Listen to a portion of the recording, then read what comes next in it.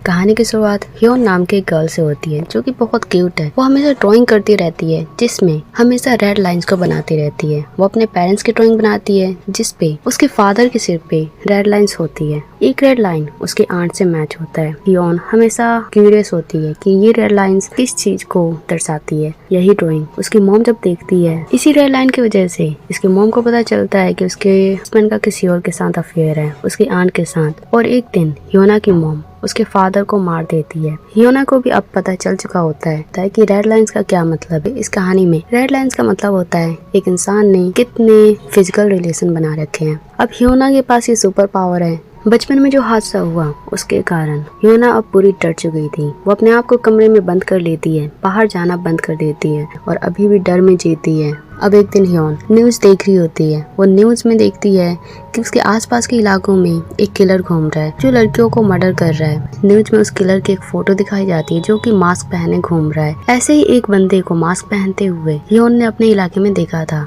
वो शाम को एक बंदे को अपने फ्लोर पे आते हुए देखती है। उसको लगता है कि शायद ये वही बंदा है क्योंकि उसके सिर पे सिर्फ एक ही रेड लाइन था और एक रेड लाइन होना बहुत ही अजीब बात है। अब ह्योना क्यूरियोसिटी में पुलिस को कॉल कर देती है और कहती है कि उसे एक इंसान पे शक है। कॉल हान नाम का पुलिस ऑफिसर उठाता है। वो ह्योन की बात सुनकर उस इलाके में आ जाता है। वो आते ही ह्योन से पूछता है कि बताओ वो इंसान कहाँ पर है। ह्योन के सिर पे ऐसा लगा था लाखों रेड लाइंस है, जिसे देखकर तो ह्योन बिल्कुल डर जाती है। यहाँ पर ह्योन बताती है कि मुझे जिस इंसान पे शक था वो लगता है कि मुझे गलतफहमी हुई है, आप यहाँ से चले जाओ क्योंकि वो इंसान मेरे पड़ोसी का लवर है, मैंने उसे गलत समझ लिया है। लेकिन हान फिर भी उस इलाके पे नजर रखने लगता है। यहाँ पर हम देखते हैं हान की लाइफ बहुत ही बेकार चल रही होती है कि उसकी एक नीज है जिसका वो बहुत ख्याल रखता है। उसको वो ज्यादा टाइम नहीं दे पाता लेकिन उसको किसी चीज की कमी नहीं होने देता है। उसकी नीज उसको बिल्कुल भी पसंद नहीं करती। उसके स्कूल में वो बुलिंग का शिकार हो रही है लेकिन ये बात उसके अंकल को पता नहीं है। हान को पता चल जाता है कि उसकी नीज को बुली किया जा रहा है पर ह्योना इस बात को एक्सेप्ट नहीं करती है। आगे हान ऑफिस में था, उसे कॉल आता है। ह्योन के घर पे वो जाके देखता है, बिल्कुल हैरान हो जाता है क्योंकि ह्योन के हान अपनी नेबर की हेल्प कर रही थी। वो किलर को मारना चाहती थी पर मार नहीं पा रही थी। अब हान किलर को मार देता है और जिससे नेबर की जान बच जाती है। यहाँ पर हम ह्योन को देखते हैं जो ह्योन पहले हमेशा डरी सहमी सी रहती थी, कमरे से बाहर निकलती भी नहीं थी। आज उसने अपनी नेबर की जान बचाने की कोशिश करी। वो बहुत मोटिवेट फील करती है, अपने आप से प्रॉमिस करती है कि इस पावर का यूज वो लोगों को बचाने के लिए करेगी। अब वो अपने आप को और बंद नहीं रखेगी। इधर हान पुलिस स्टेशन में बैठकर इन्वेस्टिगेशन करने लगता है। जो किलर था उसके बारे में सर्च करता है। उसको पता चलता है कि जो किलर था वो एक चश्मा पहनता था जो कि उसको किलर को मारते हुए नहीं मिला था। वो चश्मा, वो ग्लास अब गायब है। किलर के घर में जब वो जाता है तो वहाँ बहुत सारी रेड लाइंस बनी होती है जिसे देखकर वो कंफ्यूज है कि आखिर ये रेड लाइंस क्या है। अब वो बहुत ज्यादा क्यूरियस है। अब वो स्कूल में जाता है जहाँ वो अपने न्यूज ह्योना के टीचर से मिलता है जिसका नाम जिन है। टीचर जिन को लगता है कि शायद उसके अंकल उसके बारे में बात करने आए हैं पर यहाँ पर हान उस किलर के बारे में बात करने लगता है जो कि स्कूल का एक स्टूडेंट ही होता है पर उसे यहाँ पर कुछ भी पता नहीं चलता। दूसरी तरफ हम ह्योना को देखते हैं जो अपने लॉकर में एक ग्लास को देखती है। ये ग्लास वही किलर का ग्लास होता है। पता नहीं किस इंसान ने उसके लॉकर में चश्मा रखा था। अब ह्योना उस ग्लास को पहन लेती है और उसे लोगों के सिर पे रेड लाइंस दिखने लग जाती है। किसी के सिर पे एक, किसी के सिर पे 2-4 ऐसे बहुत सारे रेड लाइंस लगे होते हैं। ह्योना पहले तो समझ नहीं पाती लेकिन धीरे धीरे उसको समझ आ जाता है कि ये लोगों की फिजिकल रिलेशन के बारे में शो कर रहा है। जब वो अपने अंकल के सिर पे लाखों निशान देखती है, पहले तो वो अपने अंकल से नफरत करती ही थी, अब वो अपने अंकल से और भी ज्यादा दूर रहने लगती है, और भी ज्यादा गुस्से में आने लगती है। अब ह्योना उस ग्लास के फायदे उठाने लगती है। जो गर्ल्स उसे बुली करती थी उसको उस ग्लास की हेल्प से पता चलता है कि उन गर्ल्स का उसके स्कूल में टीचर से रिलेशन है। अब वो अपने टीचर को और उन गर्ल्स को ब्लैकमेल करने लगती है। दूसरी तरफ ह्योन अब स्कूल में एडमिशन ले लेती है, स्कूल में आना स्टार्ट कर देती है। ह्योना को देखकर वो समझ जाती है कि शायद वो भी लोगों के रेड लाइंस देख सकती है। यहाँ पर ह्योना और ह्योन के बीच में थोड़ी दूरियां थी। ऐसा लग रहा था कि दोनों बचपन के दोस्त हैं। फ्लैशबैक में हम देखते हैं कि दोनों स्कूल के बहुत ही अच्छे दोस्त थे पहले, लेकिन किसी कारण से दोनों की दोस्ती टूट गई। तो ह्योना जो थी वो ह्योन को गुस्से में कहती है कि तुम मुझे मत सिखाओ कि मुझे इस क्लास को कैसे यूज करना है। पर ह्योन को सोना की चिंता थी।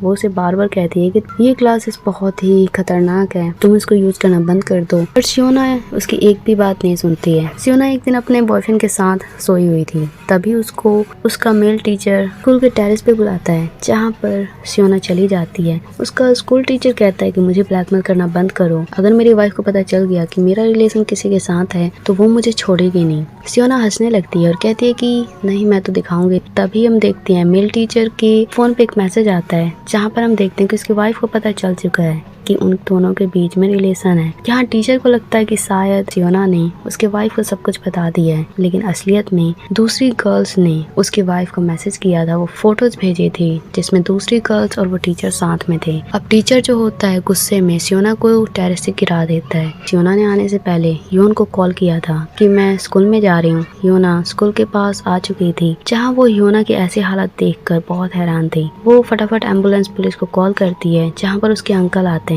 उसके अंकल योन से पूछते हैं कि आखिर ये सब क्या हो रहा है। योना कहती है मैं आपको सब कुछ बताऊंगी, लेकिन पहले आप वो ग्लासेस को ढूंढो जो कि सियोना ने कुछ दिनों से पहन रखा था और जो किलर ने भी पहन रखा था। अब हान भी बहुत क्यूरियस था कि आखिर ग्लास का क्या राज। यहाँ हमें पता चलता है जो सियोना का ग्लास था वो उसकी उसी गर्ल ने चुराया है जो उसे बुली करती थी, और अब वो लोगों के रेड लाइंस देख सकती है, और उसी ने टीचर की वाइफ को मैसेज किया था। अब ह्यून जो थी स्कूल में हर कोई भी बच्चा जो ग्लास पहनता था वो उसके चश्मे को उतार कर चेक करने लगती कि क्या वो रेड लाइंस वाला चश्मा है, लेकिन उसको अभी तक नहीं मिलता। जो हान था पूरी कोशिश में था और अपनी नीज के लिए बहुत ज्यादा चिंता में रहता था। जब भी फ्री टाइम उनके पास होता था वो उसके पास आके बैठ जाते थे। आगे हम स्कूल में एक जंग नाम के टीचर को देखते हैं, जिसके डेस्क वही रेड लाइन वाला एस लाइन वाला ग्लास रखा था, किसी ने रखा था। पहले तो वो कुछ समझ नहीं पाते, लेकिन उनको भी धीरे धीरे समझ आ जाता है कि रेड लाइन एस लाइन का क्या राज है। यहाँ पर उनको बहुत सारे लोगों के टीचर्स पे रेड लाइन दिख रहे थे। कई ऑनेस्ट टीचर थे जिनके पार्टनर्स उनको चीट कर रहे थे। जंग को ये देखकर बहुत ज्यादा दुख होता है और वो अपने एक क्लास टीचर जिन से मिलता है। यहाँ पर एक अजीब बात थी, जो जिन नाम की टीचर थी उनके सिर पे एक भी एस लाइन नहीं था। टीचर जंग टीचर जिन से मिलते हैं और उनसे कहते हैं क्या हुआ अगर आपको पता हो कि आपका बेस्ट फ्रेंड को उसका पार्टनर चीट कर रहा है तो क्या आप उसे बताना चाहोगे, तो आप क्या करोगे, क्या आप उनकी हेल्प करोगे। टीचर जिन कहती है हेल्प की तो पता नहीं, लेकिन मैं एंजॉय जरूर करूंगी, उन सब की लव लाइफ को देखना चाहूंगी कि आखिर आगे क्या होता है। उनकी लव स्टोरी और उनकी हार्ट ब्रेकिंग स्टोरी को देखना चाहूंगी। आगे टीचर जंग घर पे जाता है, जहाँ पर वो अपनी सिस्टर और ब्रदर इन लॉ के साथ डिनर करता है। वो अपने ब्रदर इन लॉ के सिर पे देखता है एक रेड लाइन किसी और की तरफ जा रहा था, और धीरे धीरे उनको पता चल जाता है कि उसके ब्रदर इन लॉ का किसी और गर्ल के साथ अफेयर है। वो अपने ब्रदर इन लॉ को बहुत मारता है, डांटता है कि वो उसकी सिस्टर के साथ चीट क्यों कर रहा है। पहले तो उसका ब्रदर इन लॉ कहता है कि ठीक है मैं तुम्हारी सिस्टर को बता दूंगा, सब कुछ हैंडल कर लूंगा और अपनी। लेकिन अगले दिन टीचर जंग अपने ब्रदर इन लॉ को दूसरी टाइम कैच करता है, तभी वो देखता है ब्रदर इन लॉ का कार का कोई एक्सीडेंट कर देता है। वो की सिस्टर ही थी। सिस्टर बाहर आती है, उसको भी चोट लगी होती है, और जो उसके ब्रदर इन लॉ की गर्लफ्रेंड थी उसको भी चोट लगी होती है। जंग का ब्रदर इन लॉ अपनी गर्लफ्रेंड के पास चला जाता है। ये देखकर जंग को बहुत दुख होता है। वो अपने सिस्टर के हस्बैंड को मारने लगता है कि वो ऐसा क्यों कर रहा है। यहाँ पर उसकी सिस्टर उसे रोकती है। हमें यहाँ एक अजीब बात पता चलती है, जो उसकी सिस्टर होती है वो अपने हस्बैंड की गर्लफ्रेंड होती है, और जो उसकी गर्लफ्रेंड थी वो उसकी असली वाइफ होती है। जंग ये सुनकर बहुत हैरान था। आगे हम देखते हैं जो स्कूल टीचर जिस गर्ल के साथ रिलेशन बना रहा था, जिसने सियोना को टेरेस से धक्का दिया था, पुलिस को उसकी लाश मिलती है। ये देख ह्योना भी हैरान थी और डिटेक्टिव हान भी। दोनों आपस में बात करते हैं। यहाँ पर जो ह्योन थी वो हान को रेड लाइन की एस लाइन की स्टोरी बता देती है कि आखिर वो चश्मा क्या करता है। हान कहता है हो सकता है ऐसे क्लासेस बहुत सारे हों।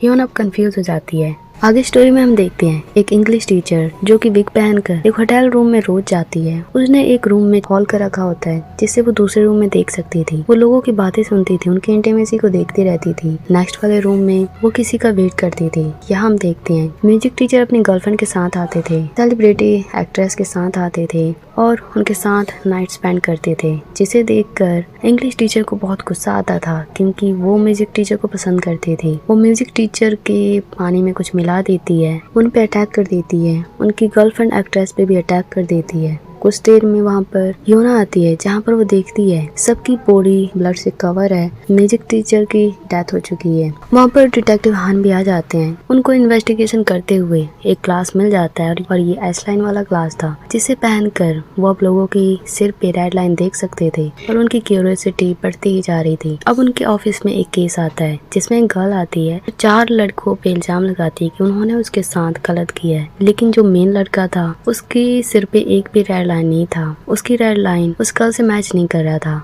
और वो दूसरी स्टोरी बना रहा था और कहता था कि उसने और उसके फ्रेंड ने कुछ भी ऐसा नहीं किया है। डिटेक्टिव हान बहुत ही चालाक था, बच्चों को गुमराह करके कंफ्यूज करके सच्चाई का पता कर लेता है, लेकिन जो बॉयज थे वो माइनर थे, इसीलिए उनको ज्यादा बड़ी सजा नहीं होती है। और ये बात जब ह्योन को पता चलती है तो वो बहुत ही गुस्सा होती है डिटेक्टिव पे। कहती है कि आपको नहीं लगता कि उनको सजा बहुत बड़ी होनी चाहिए, उन्होंने उसके साथ गलत किया है। पर डिटेक्टिव कहते हैं कि कानून को वो अपने हाथ में नहीं ले सकते हैं। इधर हम जिन नाम की टीचर को देखते हैं। स्कूल में कई बार हान आता था, वो जिन से कई बार बात करते थे स्कूल के स्टूडेंट के बारे में पता लगाने के लिए। हान जब स्कूल से जाता तो जिन उसके सिर पे देखती और मुस्कुराती। ऐसा लग रहा था जैसे कि जिन के पास भी ये पावर है, लोगों की एस लाइन देखने की पावर। आगे डिटेक्टिव हान अपने नीज सियोना के पास आते हैं जो कि अभी भी कोमा में होती है। उसकी जो सिर पे एक रेड लाइन थी वो मिटी हुई थी, लेकिन तभी कुछ देर में उसकी रेड लाइन वापस आने लगती है। डिटेक्टिव हान को अब एस लाइन की स्टोरी पता थी। वो बहुत क्यूरियस थी कि वो सियोना की रेड लाइन किस इंसान से मैच करेगी।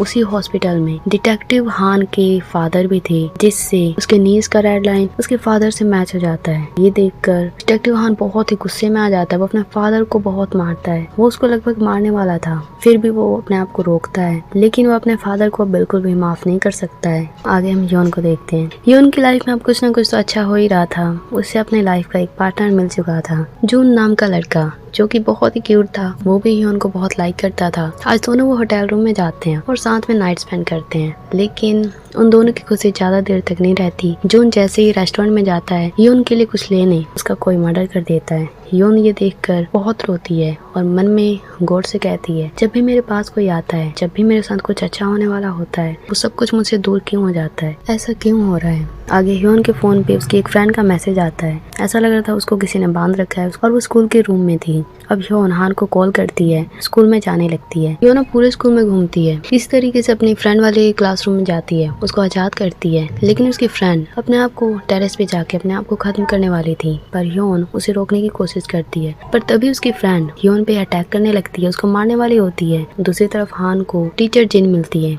जो कि बहुत सारे लोगों से घिरी हुई होती है। वहीं पर हान के फादर भी थे। टीचर जिन हान से कहते हैं कि तुम्हारे फादर ने जो गलत काम किया है, या तुम उसको माफ कर दोगे या अपने हाथों से अपने फादर को मारोगे। हान अपने फादर को मारने वाला होता है, पर जिन उसके हाथ से चाकू ले लेती है, उसके फादर को मार देती है। आगे जिन हान को मारने वाली होती है। हान भी जिन पे गन चलाता है, पर उसके ऊपर गन का कोई भी असर नहीं होता। यहाँ हम टीचर जिन के सिर पे देखते हैं, जिस पर लाखों रेड लाइंस होती हैं, बहुत ज्यादा होती हैं। तभी हम देखते हैं ह्योन भी वहाँ पर एंटर कर लेती है। टीचर जिन यहाँ पर ह्योन को मारने की कोशिश करती है, क्योंकि ह्योन के पास भी पावर थी लोगों के एस लाइन देखने की, वो भी बिना क्लास के। वो उसकी पावर छीनना चाहते थे।